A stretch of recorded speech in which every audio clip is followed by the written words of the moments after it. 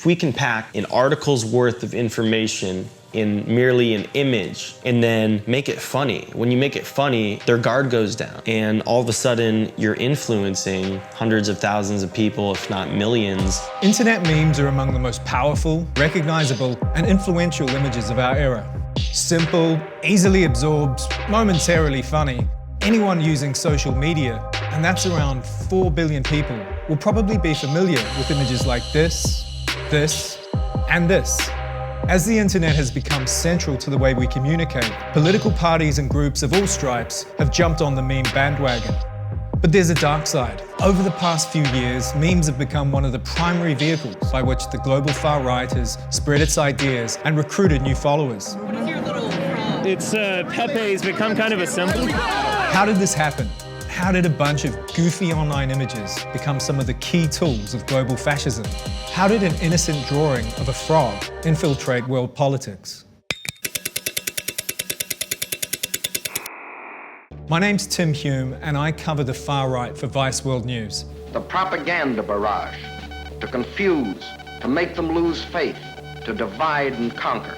Extremist political ideologies have always invested heavily in propaganda, from racist American films like Birth of a Nation, which glorified the Ku Klux Klan in 1915, to the rise of Italian fascism, and particularly in Hitler's Germany.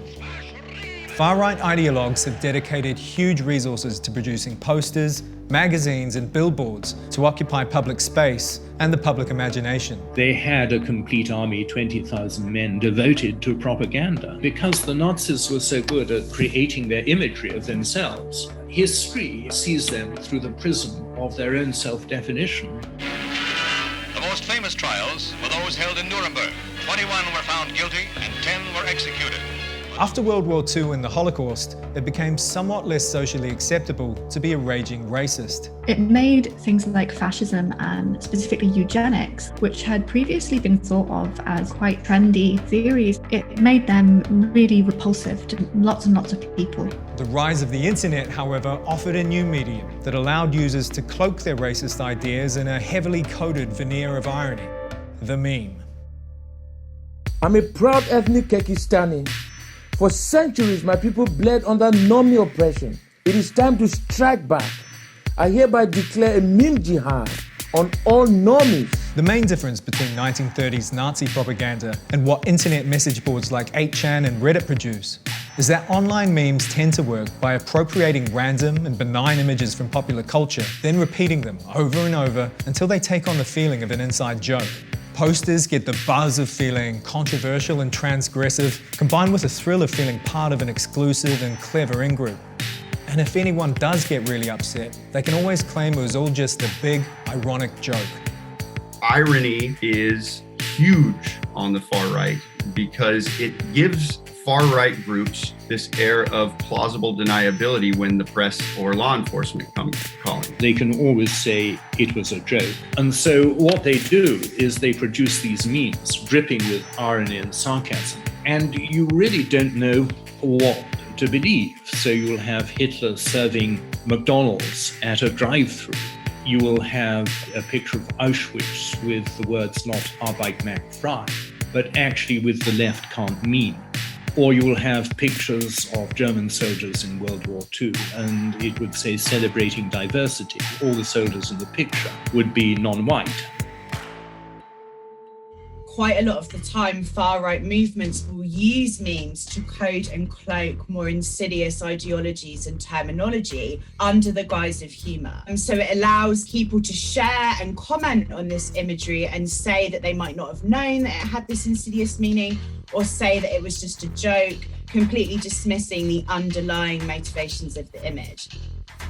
Obviously, the other great revolution of the internet is that to create this sort of racist content, you don't need a propaganda army of 20,000 photographers and journalists. This stuff can be churned out by one kid in their bedroom, then quickly spread around the world by suburban boomers on Facebook who may or may not even understand the original message board joke, but can still be influenced by its ideology. The internet also is wickedly good at exploiting filter bubbles. And so you congregate with people of your own tribe and they dig each other deeper into their psychological ditches. Probably the most famous example of just how far this can go is Pepe the Frog. A popular cartoon character turned internet meme, Pepe the Frog, has been added to the Anti-Defamation League's database of hate symbols. In a press release, the organization wrote the character had been, quote, used by haters on social media to suggest racist, anti-Semitic, or other bigoted notions as a hate symbol. Originally created by the cartoonist Matt Fury, Pepe had nothing to do with politics until right-wing shitposters decided to give him a dismissive, self-satisfied smirk and appropriated the character in a nudge-nudge, wink-wink effort to own the libs and harass minorities, women, and journalists. The appropriation of symbols and turning them into far-right symbols has always been done. The swastika was a Buddhist symbol. Pepe the Frog is a good example by appropriating his face to all these far-right statements and have Pepe smirking. And the point about Pepe is that he does smirk. It is the adolescent smirk, taking a huge pleasure out of norm violation. Now, this was one thing when it was just a bunch of juvenile attention seekers using frog pics to impress each other on message boards. But then Donald Trump posted a pic of himself as Pepe, and the frog leaped into mainstream stardom, much to the delight of the online far right. Donald Trump Jr., for example, he put this image on his Instagram account. It's a meme of Pepe. And for those of you who don't know, Pepe is a white nationalist symbol. It turns out that ridiculous pics on the internet could impact global politics. Another example of this online interplay of irony and nationalism is the OK hand signal. This began as a simple gesture used by scuba divers to signal they were okay while underwater.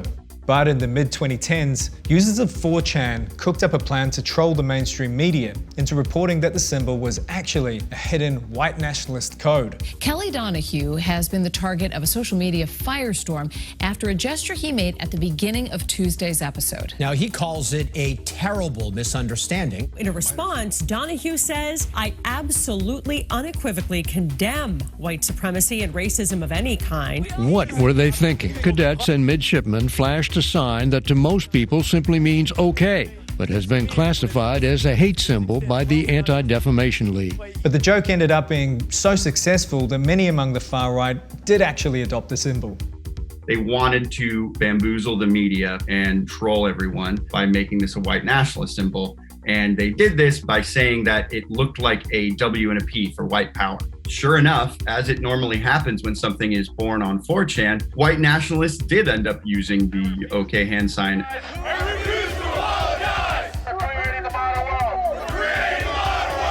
And now you have groups like the Proud Boys who use it as one of their main symbols. And then when people ask them, hey, isn't that a white nationalist symbol? They go, come on, you guys are crazy liberals. I'm a Western chauvinist. I'm a Western chauvinist! It shows this morphing of a meme from joke to not a joke to totally confusing to the point where the media doesn't cover it anymore. We are gay! We are gay! We are gay! And this is another example of the insidious power of the meme. It's one thing to get morally outraged over pictures of Auschwitz or immigrants being kept in cages, but the minute any critic finds himself having to publicly condemn a cartoon frog, it's the critic who could end up looking faintly ridiculous. You could put half of Trump's supporters into what I call the basket of deplorables. This is exactly the trap that Hillary Clinton's presidential campaign fell into in 2016, when an article posted on her website sought to explain who Pepe was and his ties to white nationalists. In August 2017, a huge far-right rally took place in Charlottesville, at which a counter-demonstrator was murdered by a white nationalist. They just literally came down the street at 80 miles per hour to fucking hit us just now. I had to jump out of the way. I almost got hit by the car my fucking self. Unite the Right happens, and all of a sudden you had the same sarcastic trolling groups. You had members of the Proud Boys out there, and you had members of all these different far-right factions, but they were sitting next to people who said, we aren't going to tiptoe around this symbology anymore. You will not replace us! You will not replace us! And so you had swastikas, and you had SS symbols, you had just straight up neo-Nazis marching alongside memes. Our streets! Our streets!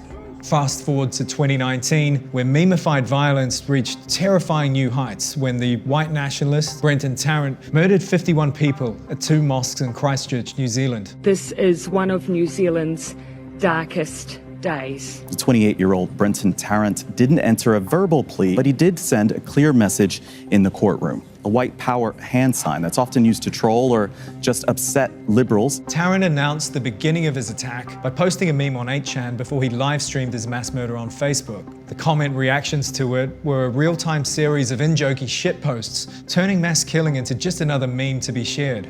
Even his weapons, emblazoned with famous battles in history between Christians and Muslims, became a meme.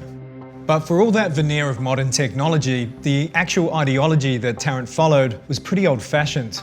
And this is one of the key things to remember about the far-right use of memes. Though they like to paint themselves as doing something new, subversive, and clever, the actual ideas they spread are largely the same tired conspiracy theories about a supposed great replacement of white people that have been doing the rounds for decades. Now, today what we have is the notion of the great replacement. In other words, the idea that Islam specifically is actually an existential threat to Europe. This is what the Nazis did with the Jews, that the Jews were somehow a threat to German culture and life. All this is proving to be a major challenge for the big tech social media companies. How are they supposed to respond to people posting dumb, semi-ironic pictures online without either limiting free speech or abetting extremist violence? Memes are used in a way to obfuscate hateful ideology and imagery, to the point where if a platform like Twitter or TikTok creates a hate speech policy and says you can't put imagery of, say, lynchings on TikTok anymore, the people that make memes are going to immediately work to find the loophole there. They will always be complete masters of the technology. So all attempts to cut them down and so forth, they'll always find a technological way of outsmarting that. The future of memes, though, is unpredictable. In 2020, protesters against growing Chinese authoritarianism in Hong Kong, who had no idea about Pepe the Frog's racist baggage, reappropriated Pepe as a symbol of freedom, openness, and unity. But what is certain is that the DIY nature of social media content has been weaponized to spread far-right propaganda faster and further than ever. The racist ideas that these memes propagate may be older than all of our grandparents, but the toxic mix of irony, disinformation, and cartoonified violence they spread online has led to new waves of hate, terrorism, and mass murder in the real world. Whether you're on Facebook, whether you're on 4chan, whether you're on freaking TikTok, you are 1 to 2 clicks away from abhorrent imagery celebrating mass shootings and Nazis and lynchings on any site that you go to. I think memes are going to a very dark place unless we are able to educate people about the imagery they're seeing. We're going to see a lot more people indoctrinated, and we're going to see a lot of hateful ideology normalized.